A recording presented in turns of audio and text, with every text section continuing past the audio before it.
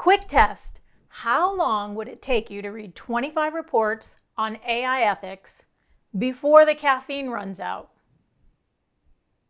Exactly. So let me show you the cheat code. This isn't just another doom scroll about robots stealing jobs. It's a lightning round on AI's social and environmental footprint and a sneak peek at NotebookLM's brand new video overviews. Welcome to NotebookLM, an experimental brainchild from Google DeepMind. Translation: a free, mighty sidekick that actually reads the stack of PDFs sitting on your digital nightstand so you don't have to. No dumpster diving through the internet. You feed it your own documents, past grant apps, annual reports, research papers, donor love letters, whatever you trust. That's all the stuff over here on the left side of the notebook. It then instantly becomes a domain expert and returns answers with citations faster than you can say, "Get me out from under this stack of reports." Middle panel, that's our chat cafe. Ask anything from which study blames AI for melting the ice caps to summarize this in pirate speak. It answers, citations included. On the right-hand side is the studio panel. This is where the magic lives.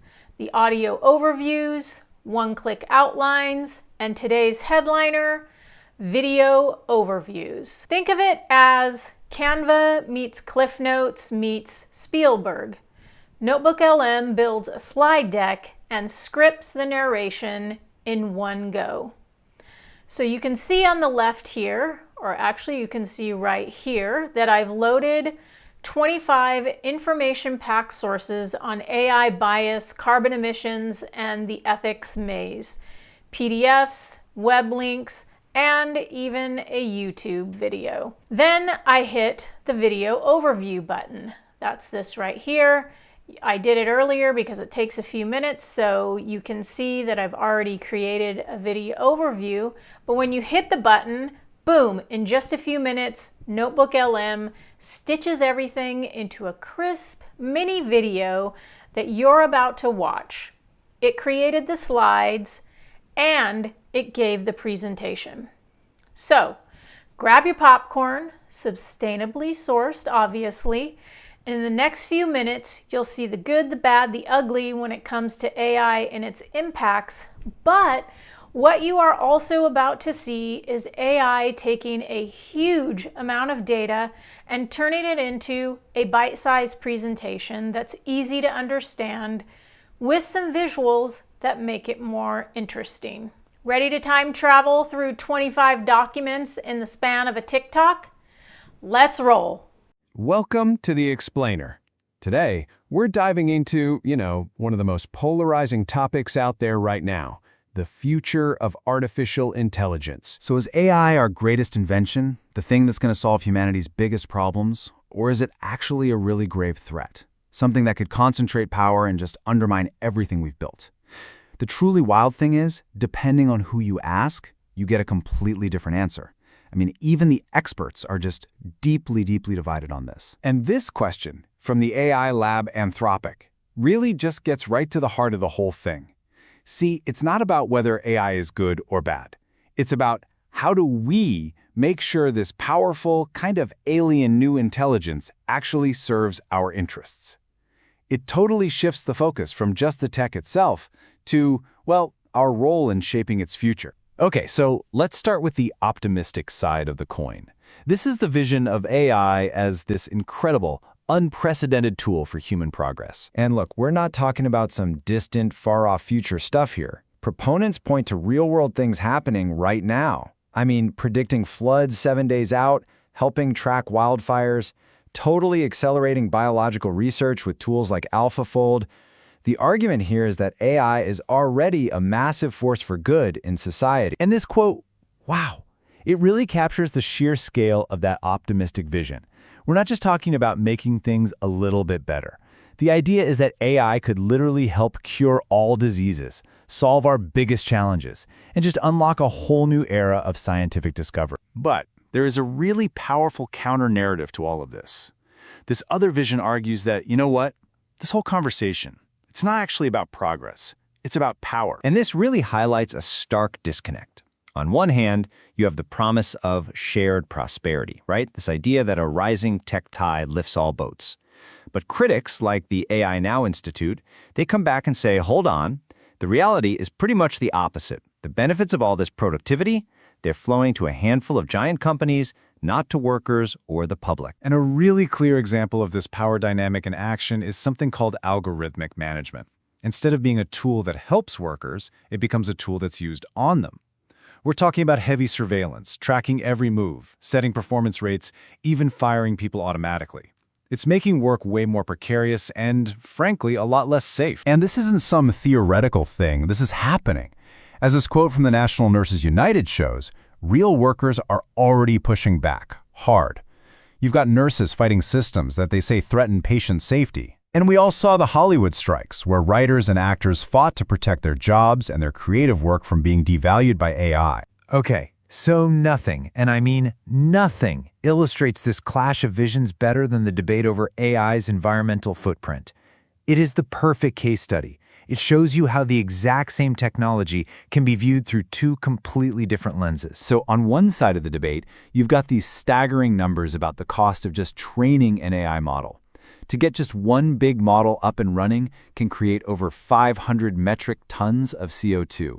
To put that in perspective, that's like taking 112 gas-powered cars and just parking them for a whole year. But then, you flip it around and look at the cost of a single AI query. One question.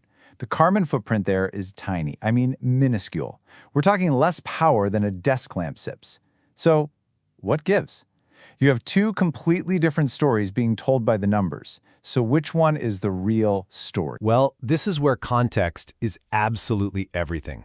When you stack up a single AI query against other stuff we do online all the time, like streaming music or watching a 4K video, its impact looks tiny. And that completely reframes the debate, doesn't it? It makes you ask, is the problem the technology itself, or is it about what we choose to measure and what we decide to value? And that question brings us right to the core of the critic's argument, which is, maybe the problem isn't the technology at all. Maybe the problem is this bigger is better, go-for-broke race for scale that's being driven by just a few super dominant companies.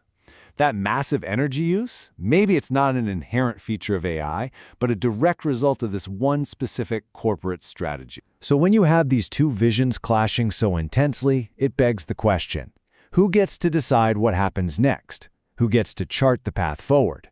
Is it going to be a handful of CEOs in Silicon Valley, or does the public, do we, get a say? Well, the critics aren't just pointing out problems, they're actually proposing a plan.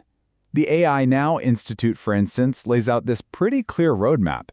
And the strategy isn't about stopping progress, not at all. It's about shifting power. It's about targeting that concentration of power in the industry, empowering workers to have a real say in how these systems are used, and, crucially, enacting a zero-trust policy. That means clear, restrictive rules, not just trusting companies to police themselves. And you know, this call for oversight is really starting to gain global momentum. Just look at the Rome Call for AI Ethics. This is incredible. It's brought together the Pope, leaders of other world religions, governments, even tech CEOs. They're all trying to build a framework for what they're calling algorithmics, this idea of embedding our core human values directly into the algorithms that are going to shape our world. And across all these different movements, you're starting to see a real consensus form around a few key ideas. First, transparency. We need to know what data these things are trained on. Second, accountability for the entire life cycle of the AI. And third, real independent oversight. We can't have the industry just grading its own homework, right? It's all about making sure AI serves the public's needs, not just corporate bottom lines. You know, this quote from an artist really brings it all back down to the human side of this whole debate. It suggests that maybe the goal isn't just to make the best pot that has ever existed in the most efficient way possible. Maybe the goal is about preserving the value of human creativity, our sense of purpose, and that unique, incredible satisfaction of making something that's just yours. Because at the end of the day, the future of AI isn't some predetermined path that we're just passengers on. Its trajectory is going to be defined by the choices we all make, the rules we decide to write, and the values we fight to embed within it. And that starts right now. So the real question, it isn't what AI will do to us, it's what we will choose to do with AI. Now it's time for you to try your own stack of docs in NotebookLM. Head over to notebooklm.google.com and give it a try. And if you'd like some help figuring out how AI can help your small nonprofit, here's my contact information.